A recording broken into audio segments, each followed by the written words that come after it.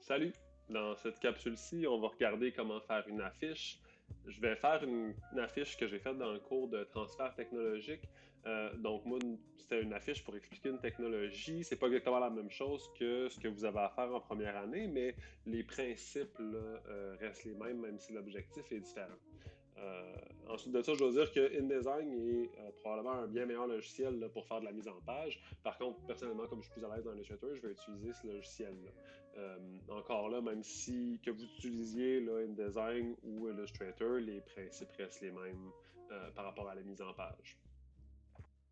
Donc, la première étape, ça va être de rassembler le contenu qu'on va avoir besoin.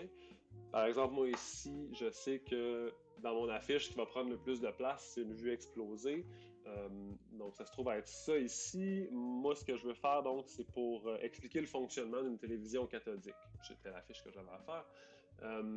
Donc, ensuite de ça, je sais que je vais vouloir intégrer un schéma de l'explication là, du mécanisme, en fait, de la technologie. Donc, ça, c'est le schéma que je vais vouloir intégrer. J'ai aussi un petit texte par rapport au contexte historique de la création de la télévision cathodique. Je vais avoir des petites explications techniques aussi à venir intégrer dans mon affiche et je vais avoir des sources par rapport à la documentation, là, donc à venir intégrer dans mon affiche. Donc ça, je peux mieux rassembler ça dans un dossier, ça va être plus facile après là, de travailler. Ensuite de ça, c'est de bien définir nos intentions stylistiques. Donc, je suis allé chercher personnellement des inspirations aussi dont je vais m'inspirer là, pour faire mon affiche. Je me disais que je trouvais ça drôle de venir utiliser là, des codes de vieilles pubs de télévision, comme ça fit avec le sujet. Donc, je suis allé chercher des vieilles affiches finalement qui vont m'inspirer. Et je suis venu extraire de ça une espèce de petite palette de couleurs que je vais pouvoir utiliser. Donc un rouge, un noir un peu bleuté, puis un blanc un petit peu beige. Donc un coup que je sais à peu près où je m'en vais, on va pouvoir arriver dans le logiciel. Donc je vais aller dans Illustrator et je vais créer mon canevas. Donc dans ce cas-ci, mon canevas, il va avoir une largeur de 24 pouces par 36 pouces de haut. Ensuite de ça, je peux lui mettre un bleed. Donc, un bleed, c'est ce qui va dépasser de mon canevas. C'est une partie qui va être coupée là, après l'impression. Donc, je vais venir mettre un bleed de un quart de pouce là, partout. Je vais garder ça en CMYK Color ou CMJN en français. Ça, c'est un mode de couleur là, pour l'impression. Je vais vouloir un 300 ppi ou 300 dpi, donc 300 points par pouce. Ce qui fait que je dirais que c'est la résolution minimum là, pour avoir une qualité intéressante à l'impression. Ça va être du 300 dpi, donc je conseille de le garder comme ça. Donc, on va pouvoir venir créer notre canevas comme ça ici. Donc, j'ai ici mon canevas. Donc, quand je parlais de bleed tout à l'heure, là, c'est la ligne rouge que vous voyez à l'extérieur ici du carré blanc. Donc, je vais pouvoir venir faire dépasser ma couleur là, pour me rendre jusqu'au bleed. Et après l'impression, on va pouvoir venir couper là, ce qui dépasse. Donc, un coup le canevas créé, pardon, on va pouvoir mettre des marges, donc des marges intérieures.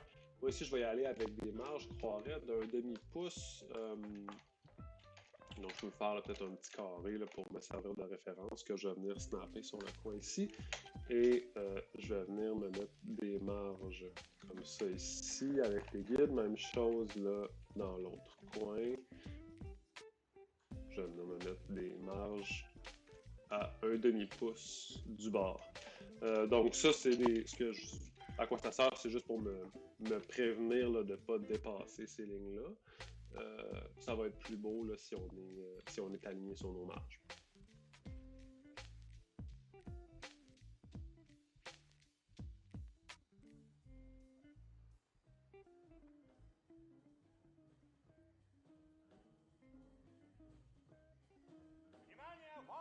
Après ça, c'est selon le contenu que vous avez, vous allez pouvoir le faire là, pour que ça marche. Puis je peux tout de suite regarder, bon, je trouve que ça c'est peut-être coincé un peu, je vais venir descendre ça pour aérer un peu la chose. Donc je peux tout de suite me donner une idée là, de à quoi ça va ressembler avec des blocs. Donc, je vais ajuster un petit peu ça. C'est sûr que je vais venir finaliser tout à l'heure l'ajustement avec les bons éléments. Donc là, j'ajuste et je me dis, bon, peut-être que finalement, je trouve que mes éléments sont peut-être un petit peu trop coincés là, sur les bords de mon affiche. Donc je pense que je vais changer mes marges ici. Je vais plutôt les mettre à 1 pouce au lieu de 10 pouces. Donc je vais simplement là, venir faire cette petite modification-là.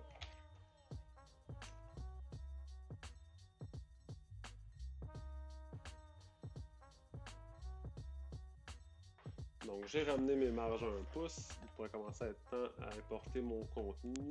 Par contre, vous remarquez que j'ai fait attention de ne pas dépasser, là, même si je suis juste avec même si c'est juste des éléments temporaires, je fais attention quand même pour ne pas dépasser mes marges. Ça me donne une meilleure idée de ce que ça va avoir l'air tout à l'heure. Donc, je vais commencer à importer mon contenu. Je vais peut-être commencer par ce qui est le plus important, c'est-à-dire ma vue explosée.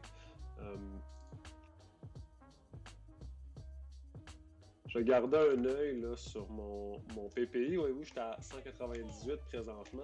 Idéalement, il faudrait que je sois à 300. Bon, dans ce cas-ci, mon dessin est déjà fait. C'est parce que la fiche que j'avais à faire pour le cours était plus petite que celle-ci. Mais dans un monde idéal, là, il faudrait que toutes mes illustrations, mon contenu visuel soit à minimum 300 PPI là, ici.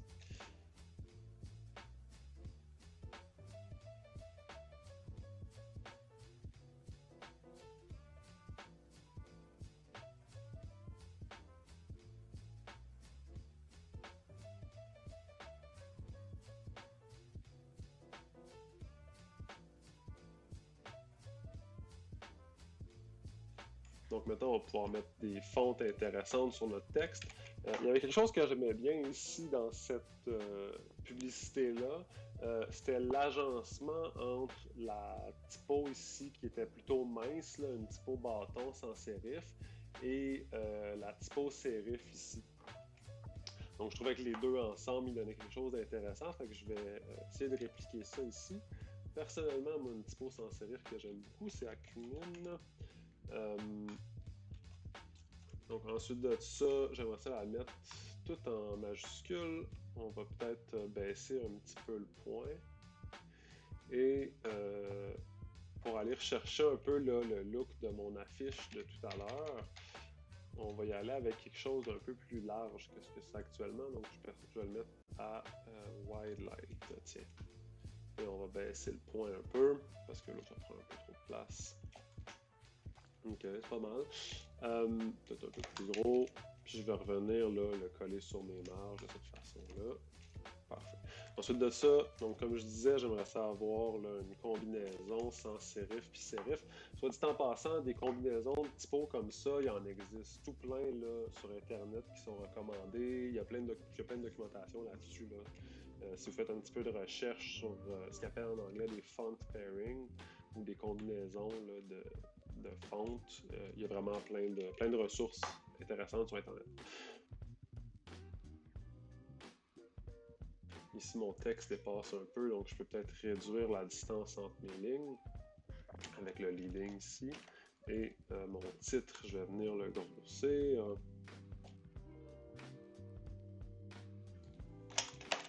Donc, je sais que mon texte, ça va être ce noir-là. Ça aussi, ça va être ce noir-là. Par contre, j'aimerais ça que le titre, il pop un peu plus. Donc, au lieu de mettre ça en light display, je vais mettre ça peut-être en semi-bold. Puis, on va venir le mettre en rouge. C'est important de bien différencier qu'est-ce qui est un titre, qu'est-ce qui est du texte. Donc, utiliser un bold, un light, utiliser des variations de couleurs, c'est intéressant. Je n'ouvre pas pour mettre des grosses différences aussi de grosseur de texte entre un titre et un texte. C'est correct que ça soit très différent. Actuellement, je pense que mon sous-titre ici est à 43, tandis que mon texte est à 25. Ça fait qu'on c'est clair, là, on le sait qu'est-ce qui est le titre, on le sait qu'est-ce qui est le texte. Quand c'est pas clair, c'est là que ça devient dérangeant. Un autre truc aussi, là, décocher hyphenate, ça va éviter d'avoir donc des hyphens ou des traits d'union.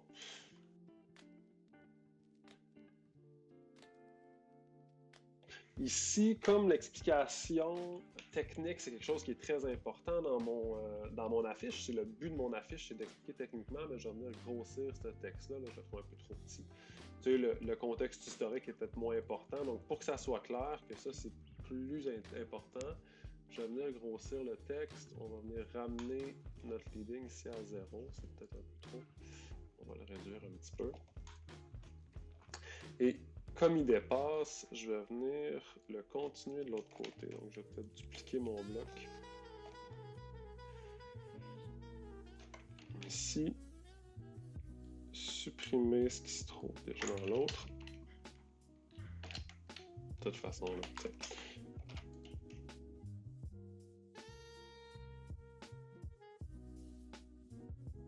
Notre texte ici, il va commencer à la même hauteur que le texte à gauche.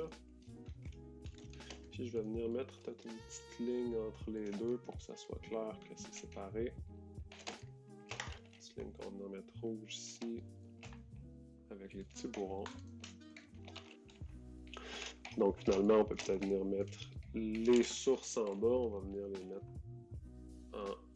avec la même typo là, Arnaud tout à l'heure. Puis ça, on peut vraiment mettre ça plus petit. C'est important qu'il soit là, mais ça n'a pas besoin d'être gros. Juste s'assurer que l'espacement n'est pas si grand que ça.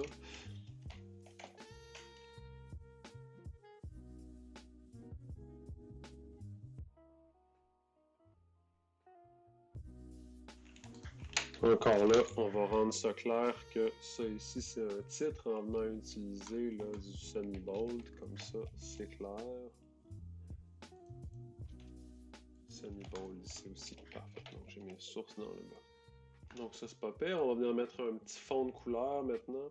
Donc, je vais venir chercher mon petit beige que je parlais tout à l'heure. On va venir mettre ça en arrière complètement. Donc, j'aimerais ça venir numéroter peut-être mes explications techniques ici. Donc, je vais venir me faire là, un petit numéro comme ça que je vais venir mettre en rouge.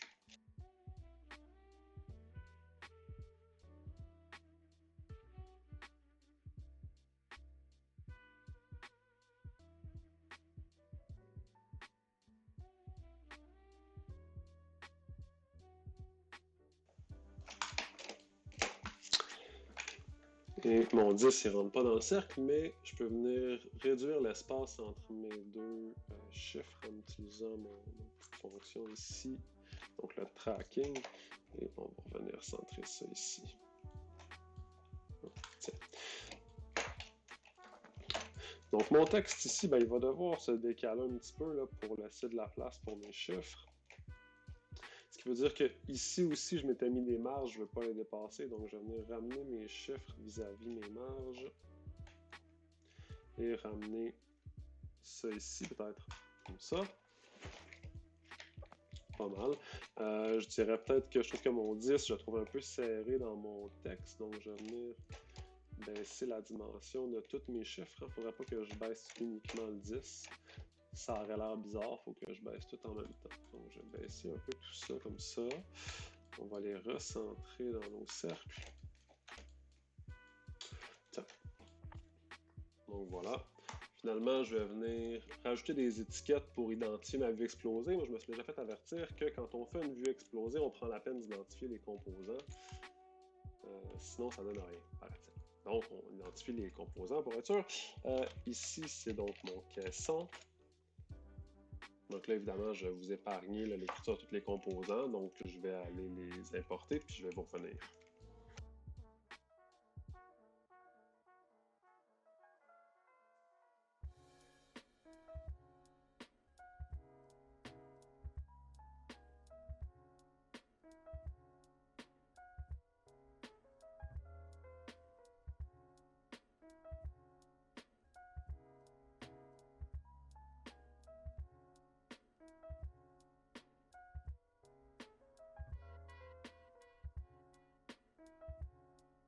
Et finalement, quand vient le temps d'envoyer ça en impression, on va venir, pour commencer, on va le sauvegarder, là, fichier Illustrator éditable. Comme ça, si on a des...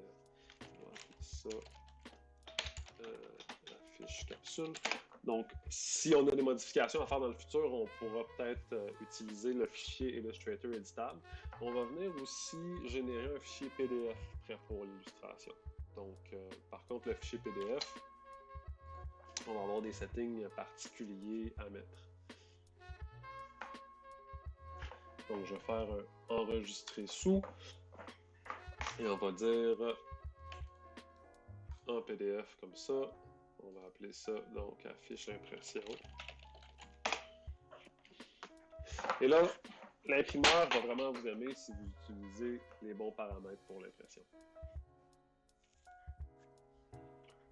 Donc, ici, moi je recommande PDF X4 2008.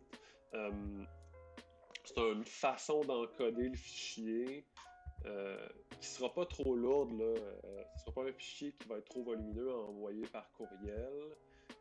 Par contre, là, toute la qualité pour l'impression va rester. Le reste, ça va. Au niveau de la compression, ben, c'est là-dessus là, que ça vient. Ça va. On peut laisser ça comme ça. Là, le PDF X4 2008 s'en charge bien. C'est vraiment au niveau des marques. Donc, Marks and Bleeds. Tout à l'heure, on avait mis un bleed. Mais dans notre image, actuellement, elle est là la marge là, beige qui sort de notre image. Par contre, il faut dire à l'imprimeur, c'est ici qu'il faut couper. Donc, en venant cocher ici Use Document Bleed Settings, ce que ça fait, c'est que il va utiliser les paramètres là, de bleed qu'on a mis au départ dans notre fichier. Puis il va venir nous mettre, on va activer les trim marks. Donc, les trim marks, ça va être des lignes qui vont dire à l'imprimeur où couper, pour avoir les bonnes dimensions de la fiche. Donc, pour le reste, ça va, on garde ça comme c'est là. C'est vraiment, ce qui est important, en fait, c'est de mettre ça à PDF X4 2008, de venir activer les trim marks et de venir activer Use Document Bleed Settings, là, ou utiliser les marges, les paramètres de marge du document, quelque chose comme ça en français.